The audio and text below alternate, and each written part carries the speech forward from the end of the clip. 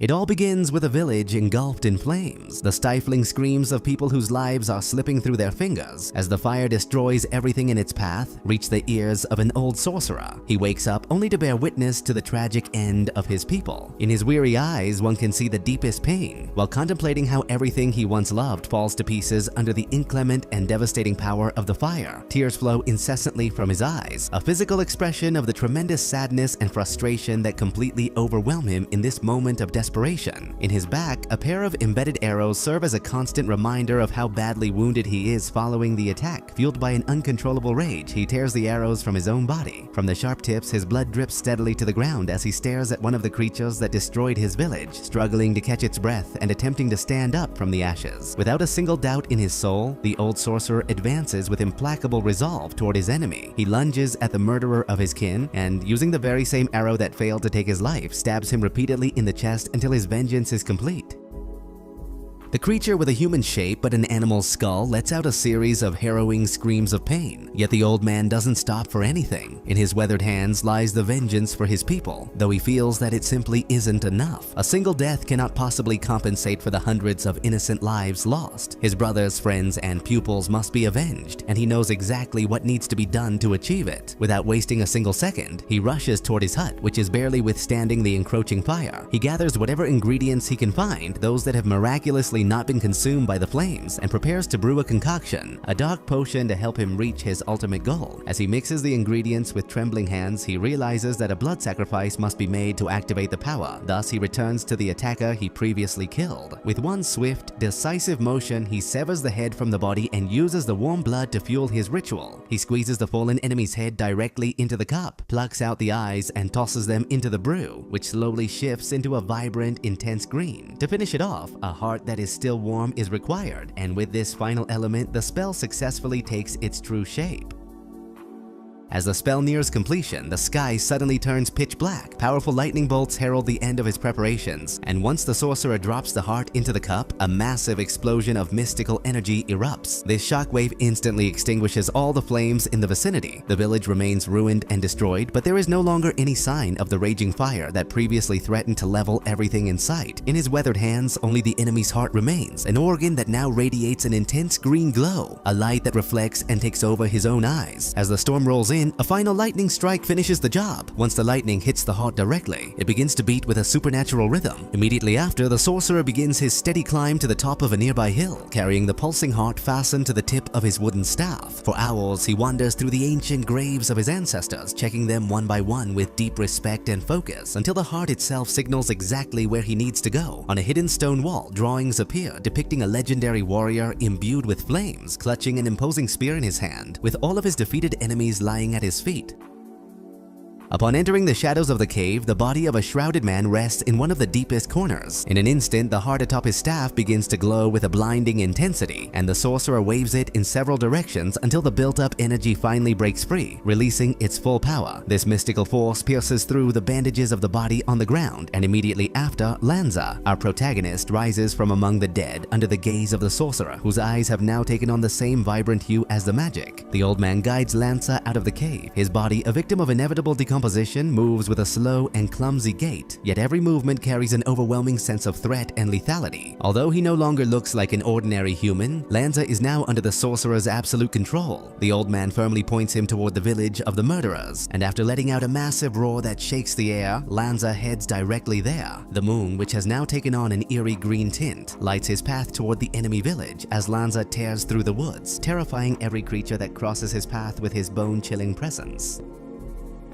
In the creature's village, they are feasting on a macabre spread of human flesh. They all enjoy the fresh meat gathered around the bonfire, completely oblivious to the deadly threat approaching through the shadows. Possessing human-like bodies but driven by a ravenous and ruthless appetite, they fail to notice Lanza's presence until it is far too late. The massive, heavy mass of muscle is already just a few yards from their camp, preparing to strike with unprecedented ferocity. The creatures quickly grab their crude weapons and huddle into a united front to try and fight him off, shouting guttural war chants in hopes of forcing him to retreat. However, Lanza has no control over his own being or his actions. Behind him, the old sorcerer uses his mystical staff to issue direct commands, and at that moment, the bloody battle officially begins. Using both of his massive fists, Lanza crushes the skull of the first creature. Although the beast managed to pierce his side with a sharp weapon, the warrior showed absolutely no sign of pain or weakness. Following that first kill, they began to die one by one without end under his unstoppable strength. Some ended up with their necks snapped, and others were simply crushed as they realized far too late that their weapons were entirely useless against the returned giant. One of these creatures tried to scramble away from the chaos, but a pair of glowing green eyes at the edge of the woods caught its attention. They were the exact same green eyes as the giant's, visible even through the thick darkness of the forest trees. When the pulsing heart finally illuminated the sorcerer's face, the creature immediately realized the connection between the two. Without hesitation, it grabbed its spear and hurled it with all its might at the old man, piercing him directly through the chest and killing him instantly. As life drained from the old sorcerer, the vibrant magic in his eyes gradually faded away. At that precise moment, his mental grip began to lose its effect, and the giant came to a dead stop, standing motionless in the middle of the sea of bodies he had left behind. The same creature that murdered the old man decided to seize this sudden vulnerability and struck a brutal blow to his head. The edge of its weapon sheared off a piece of his skull, leaving his brain exposed to the cold air. Seeing a part of his own head lying on the ground without the giant even flinching, the creature understood it wasn't fighting something from this world. Terrified and unable to inflict any more real damage, it chose to flee into the undergrowth, leaving Lanza frozen in the exact same position as before. Standing in the middle of all the dead cannibals submerged in a thick sea of blood, Lanza remains motionless for a while. A few seconds later, he slowly turns his neck to look down at the ground, witnessing firsthand the absolute carnage he has caused with his own strength. So much death and destruction surrounding him is overwhelming. He then looks at his hands, those strong, implacable limbs that are visibly decomposed by time and death. Right then, a small fly appears out of nowhere and lands right on his open eye, which doesn't even flinch at the intrusion. Being unable to feel anything at all finally makes him realize that he is no longer part of this earthly world. The piece of his own brain lying on the ground reveals that he has become something else, an entity that isn't human, yet remains immensely powerful. His decaying body begins to attract more flies, his skin takes on a hideous grayish hue, and his total lack of sensitivity to pain is the ultimate sign that he no longer belongs to the land of the living. He has turned into a sort of wandering zombie. Hours pass in a deathly silence. Lanza stays completely still in that same spot until the first rays of the morning sun hit him. Only after this does he resume his solitary trek into the depths of the forest, his footsteps sounding slow, heavy, and charged with a supernatural determination. But he doesn't stop his march. Shortly after, he manages to reach a small serene lake where several groups of animals have gathered to drink. These creatures, thanks to their keen instincts and senses for danger, flee in terror long before Lanza even emerges from the trees. The giant takes one deliberate step at a time until he finally reaches the muddy shore. There he stands watching his distorted reflection in the water for a few minutes, processing his new nature. However, in an instant, a massive alligator lunges from the depths and snatches him in a lethal bite. The enormous reptile quickly submerges, allowing itself to celebrate the great prey it has successfully hunted. But at that very moment, an agonizing pain forces it to snap its jaws wide open. Lanza, unfazed by the pressure of the beast's grip, has ripped out its tongue in one brutal stroke, and thick blood rapidly stains the water crimson. A short while later, Lanza climbs out of the lake with his usual slow and steady gait. He walks a few yards away from the shore, and immediately after, the crocodile's carcass surfaces floating belly up and lifeless. Just then, it begins to rain heavily over the landscape. The downpour washes the blood from our protagonist's body, and a loud metallic sound powerfully draws his attention toward the thickness of the woods. As he made his tireless way through the deepest part of the forest, the rain never let up. Soon, the water level began to rise drastically until it reached his knees, and what had once been a wooded path had now turned into a treacherous swamp. The strength of the current swept away everything in its path, and among the debris and mud was a man, weakened by extreme exhaustion and unable to stand up to the fury of the flow. The individual was being washed away helplessly by the murky water. Upon seeing Lanza's imposing figure, the man desperately begged him for help. His sharp cries for rescue triggered a sudden flashback in the giant's mind, who discovers for a fleeting moment that his memories are not entirely lost to the darkness of death. Something of his past life still remains hidden within his decaying brain. He only needs to find the right way to access those memories, and perhaps, given time, he might recover at least a fraction of his lost humanity. The visions flashing through his mind are blurry and distorted, yet he can make out silhouettes that he recognizes with clarity. All is not lost for him. As soon as he snaps out of that mental trance, he lunges with renewed strength toward a fallen log further ahead, climbs onto it firmly, and stretches out his long arm to reach the poor man fighting for his life against the current.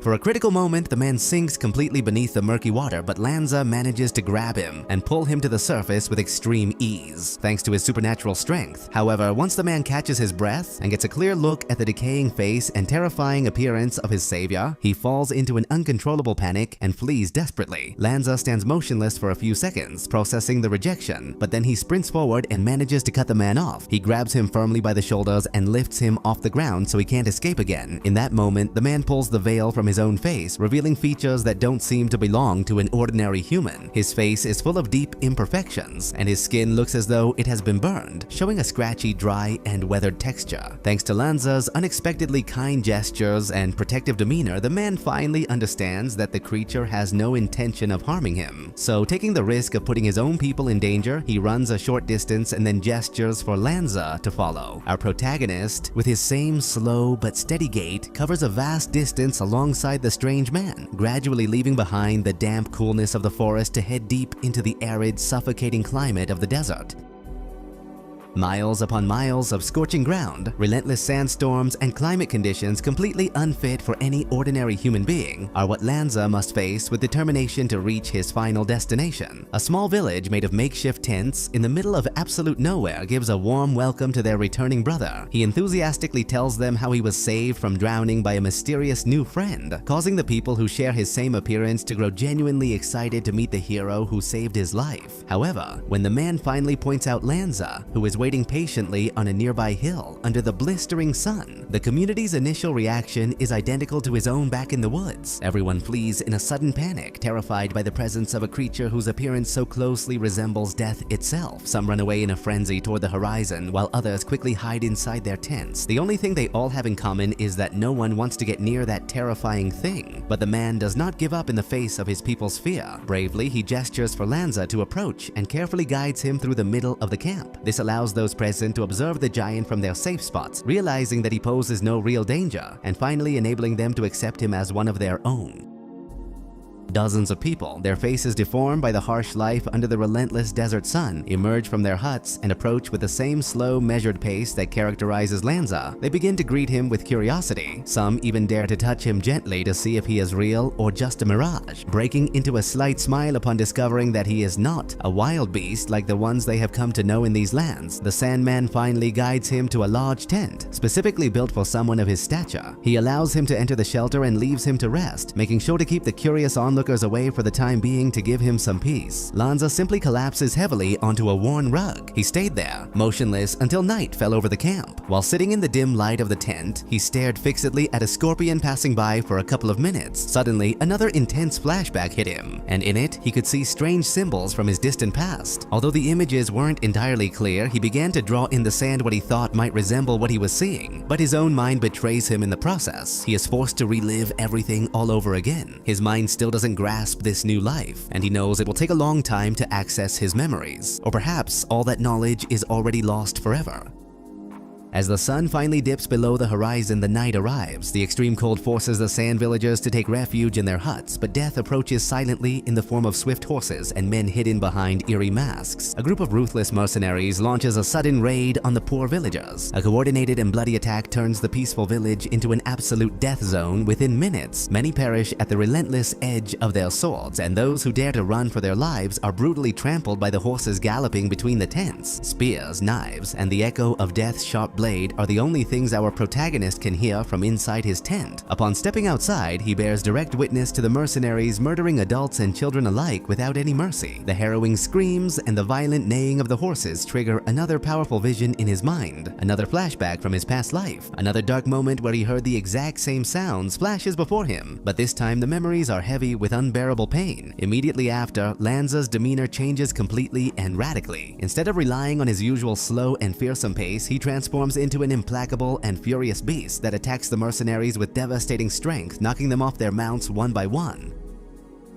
One of these mercenaries, who was just a split second away from cruelly murdering a defenseless old woman, takes the full brunt of the giant's strength in a brutal blow that knocks him down at the exact right moment, saving her life. With a strike fueled by rage, Lanza crushes his skull instantly, drawing the immediate attention of the rest of the attackers. Instead of backing down, they attempt to trample him with violence, fully confident in the charging power of their horses and the lethal edge of their steel weapons. However, a second before being struck by the lead horse, Lanza manages to stop the massive animal using only one hand. The beast's entire forward momentum collapses as it hits his incredibly strong arm, halting the gallop's impetus dead in its tracks. Immediately after, in a display of supernatural power, Lanza lifts the animal over his head and hurls it away with contempt. The massive weight of the beast crushes its rider upon landing, ending his life on the spot. From his blind spot, another rider seizes the opportunity to attack our hero, who firmly grabs hold of the horse's tail and is dragged through the village sand. Lanza uses that very momentum to launch himself onto the mercenary, and with the precision of an executioner, shatters his skull with a single definitive blow. After the kill, Lanza finds himself mounted on the animal's saddle. The wind whipping against his face and the rhythmic stride of the steed trigger another vivid vision from his distant past. This new image includes his loyal companion, Fang, whom he can finally see with a bit more clarity through the mist of his memory. With zero actual control over the horse, Lanza lets himself be carried away by the familiar sensation and leaves the village at full speed. The mercenaries, unable to let him get away with it, decide to postpone the massacre of the villagers and chase him down with fury across the desert dunes. Using a coordinated barrage of arrows, they manage to pierce Lanza's back several times. One of these arrows severely wounds the horse, which panics from the stinging pain and throws its rider off with a sudden buck. Upon falling, Lanza quickly pushes himself up from the sand, but he immediately takes a series of brutal hits from the mercenaries, who ambush him from every direction, carving deep gashes with their swords while others ruthlessly run him through with their spears. This time, the protagonist actually seems to feel some real pain, causing his rage to channel into a violent outburst. He strikes the horse with immense force and grabs the rider directly with his hands, ripping his arm off in one single motion and beating the man with his own limb until he dies. A few seconds after the carnage, Lanza picks up the lifeless body of the man he just killed and tosses it contemptuously at the feet of his comrades. In that exact moment, the mercenaries finally realize they are no match for this supernatural creature and flee in desperation. They have come to understand that what they are facing holds no trace of humanity. They accept that they cannot defeat him and cling to the common sense of fear to save their own lives. Once the immediate danger vanishes from the horizon, the villagers who managed to survive the raid emerge from their huts, only to gaze sadly upon the devastating aftermath of the confrontation. The man Lanza rescued from the swamp had managed to survive the assault by hiding among the tents. He runs toward him in excitement and thanks him deeply for his heroic help, gesturing for them to return to the village together to celebrate. However, at that moment, something extraordinary happens. A powerful and relentless roar invades his mind, accompanied by a vivid vision of Fang, his loyal companion, who seems to be firmly guiding him in the opposite direction. It is here that Lanza understands his true destiny does not lie in a peaceful village in the middle of the desert. Immediately after, he screams at the sky with all his might and resumes his hurried pace back toward the forest, knowing he still has a long way to go to reclaim his past and discover his future. We pick up the story with a new dawn. A group of creatures enjoys the leaves and the morning dew when their primal instincts suddenly warn them of an impending terror. In an instant, the birds fly far from the ground to seek safety. The rest of the animals take a defensive stance, and a few seconds later, with a series of alarming sounds, they warn everyone that it is time to flee. From a distance, we see Spear slowly approaching them with a chilling and unwavering determination. But ignoring them completely, the massive zombie walks in a single direction. He doesn't turn around, he doesn't pick up the pace, and he simply walks through everything in front of him. It doesn't matter if it is dirt, thick brush, or even crossing a deep river without the slightest fear of being attacked by something larger lurking in the depths. Spear continues his relentless advance, covering a great distance across those desolate lands until a new vision from his past memories emerges in his mind. This time he sees his faithful Fang once again, but the animal is being brutally attacked, awakening an echo of old pain within him as he keeps moving forward without stopping for anything. Even though the image in his mind isn't entirely clear, the right direction certainly seems to be. Spear changes his course immediately, makes a sharp 45-degree turn, and resumes his steady pace. Behind him, we can see the passing of days, nights, and various sunsets. His hollow stare and his somewhat clumsy yet constant stride are the only things we can observe during his long journey across the wilderness. Soon, he finally leaves the lush forest trees behind to venture deep into the desert, where the jagged mountains and the harsh, arid sun are the only things accompanying him on his lonely trek. As night falls, he finally comes to a halt, standing completely still for a few seconds before letting out a strange, faint roar that emerges from deep within his gut. Immediately after, a massive beast shaped like a giant worm erupts from the sand, with a colossal size and a row of razor-sharp teeth ready to devour him. The enormous creature rises above the dunes, poised to attack with ferocity. Despite facing certain death, Spear remains motionless. The massive worm slowly approaches him, placing its maw right in front of his face while letting out a terrifying roar that would freeze the blood of any living being.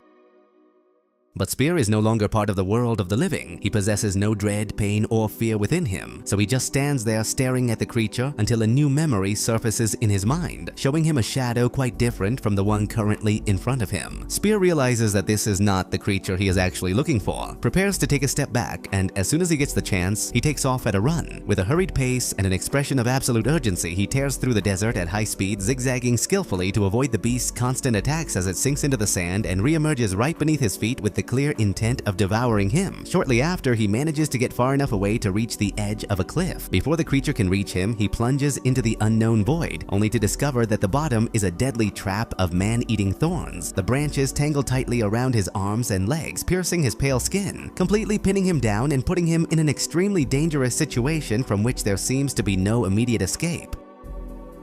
As the worm draws closer, it devours everything in its path. Spear ends up slammed directly against its massive jaws, while hundreds of thorn-laden branches painfully pierce his skin, until he eventually hits a solid stone wall. The enormous worm bursts through the mountain with sheer brute force. Upon emerging on the other side, Spear manages to break free from its grip for a brief moment, and the beast pulls away in a sign of temporary retreat. Seeing it leave, our hero turns back toward the direction he had in mind and prepares to continue his journey without looking back. But before he can leave the conflict behind for good, the worm resurfaces beneath his feet, catching him in its maw filled with razor-sharp teeth and applying deadly pressure. Spear, determined that this will not be his end, stretches out his arms and, with his new superhuman strength, holds the creature's mouth open long enough for it to tire and finally let go. Immediately after, Spear bites back, tearing away a chunk of its body with one strike, and the worm wails in intense pain as it coils up in a sign of surrender. However, this is just another one of its tricks. When Spear tries to leave, the creature lashes its tail toward him, snags him, and coils around him with unsurpassable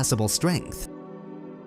At that moment, the sun rises majestically over the dunes. Its rays fall upon the worm's head, and it begins to burn instantly, as if it was some cursed creature of the night. Before suffering more severe damage from the sunlight, the worm buries itself once more into the depths, dragging Spear down with it. But our hero manages to break free and escape just in time, crawling out of the hole with what little strength he has left after the brutal struggle. His body, which now clearly shows the marks of the recent battle, does not falter in his relentless quest. The visions repeat in his mind, pointing out the exact path to follow. Immediately after, Spear resumes his pace once more toward his destination. Slow, tireless, but steady, he moves through the desert, where the incessant sun and the arid ground never stop hitting him with everything they've got. For days, he continues forward without stopping, while flies and other scavenging insects are inevitably drawn toward his strong, decaying scent. All around him, the few trees seem to melt into the ground as if consumed by the sun's blistering heat, the only thing that seems to lose absolutely nothing as the days pass by in this desolate wasteland.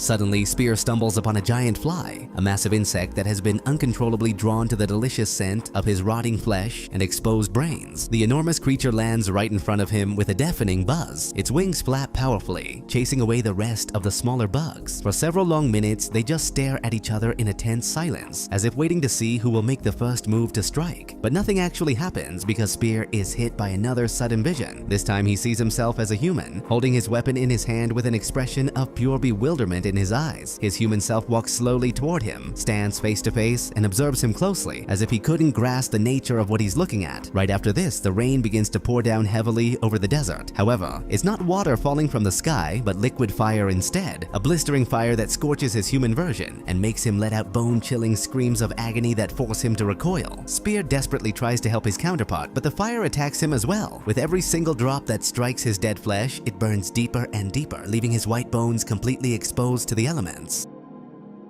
In a heartbreaking moment, our protagonist collapses heavily to the ground, and his body soon transforms into a burning skeleton. Flames pour furiously from both his mouth and his eyes as the definitive end comes for them both. However, it all turns out to be a terrible nightmare born from his fragmented mind. Spear wakes up in the middle of nowhere, soaked by a normal rain that doesn't hurt his body, but seems to drown his hopes of finding what he is searching for so desperately. The zombie wakes to the familiar cracking of the ground beneath his feet, the same unsettling sound made by the beast that tasted his flesh just a few days ago. Quickly, Spear climbs a dead tree. He knows perfectly well that staying at ground level is a guaranteed death sentence with that deadly worm lurking nearby. Once the rain stops and the sun appears on the horizon, the threat of the worm completely dissipates. Spear resumes his determined pace toward the mountain, a massive rock formation that he must climb slowly and steadily until finally reaching a deep cave halfway up the trail. There he notices a small opening, which grows much larger as he approaches, hiding a massive secret deep within its dark recesses.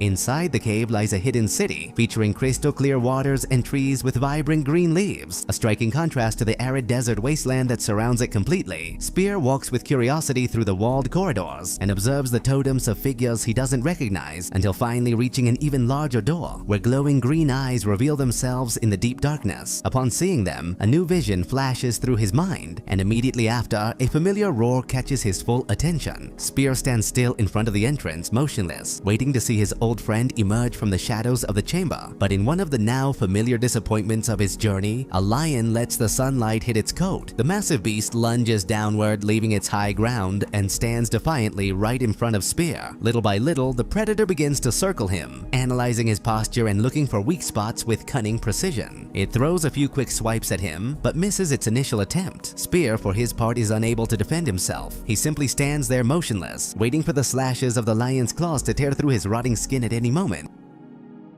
The lion grabs him violently by the shoulder with its jaws, sinking its fangs down to the bone and triggering a wild fury that surges within Spear, who finally strikes back with devastating power. He catches the beast with his hands and wraps them around its neck. With a couple of blows charged with his otherworldly strength, he turns the tide of the battle, but the beast isn't finished with its attack yet. With its hind legs, the animal manages to slash a deep gash across his face just before Spear lifts the lion over his head and hurls it against a stone structure with so much force that the lion destroys everything in its path upon impact. Nothing else emerges from the pile of rubble. The first feline has been defeated. Spear lets out a roar of victory that echoes through the cave, but the battle is far from over. A lioness appears menacingly from the ridge to his left. Her sharp fangs show him clearly that the fight continues, and at her side, another male lion emerges from the deep darkness of the caves. It's now a 2-on-1 fight, which quickly turns into an entire pride of felines surrounding our hero in a deadly circle of hungry predators ready to strike.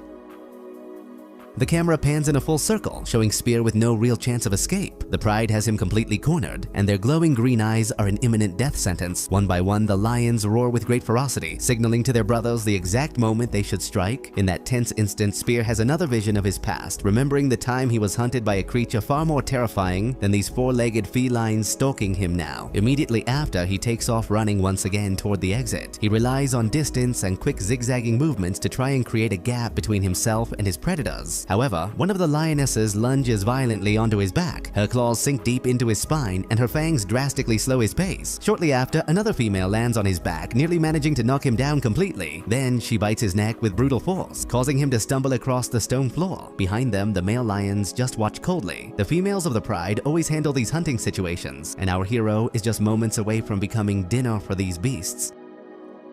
Before giving up for good, Spear gives everything he's got left. Carrying 3 furious lionesses on his back, his heavy footsteps crack the ground beneath his feet until the structure finally gives way, causing everyone to plummet into the void. It is a deep abyss filled with darkness and freezing water. Spear sinks inevitably to the very bottom. Being undead, he doesn't need oxygen to survive in the depths, so he remains calm beneath the surface. It's a real shame that the lions actually need to breathe. The bodies of the felines, exhausted and unable to escape the current, sink shortly after around him, lifeless. They all drown while Spear continues his way toward the faint light coming from a door in the distance. With a firm and determined stride, he emerges from the water, trekking through the dimly lit corridors of the area until he reaches a doorway of light that promises an exit. However, before he can reach it, a pair of lions slam into him violently from his blind spot. Tired and fed up with their persistent presence, Spear faces them both with nerves of steel, grabs the largest one with his hands, and savagely bites its face, ripping out one of its eyes in the process.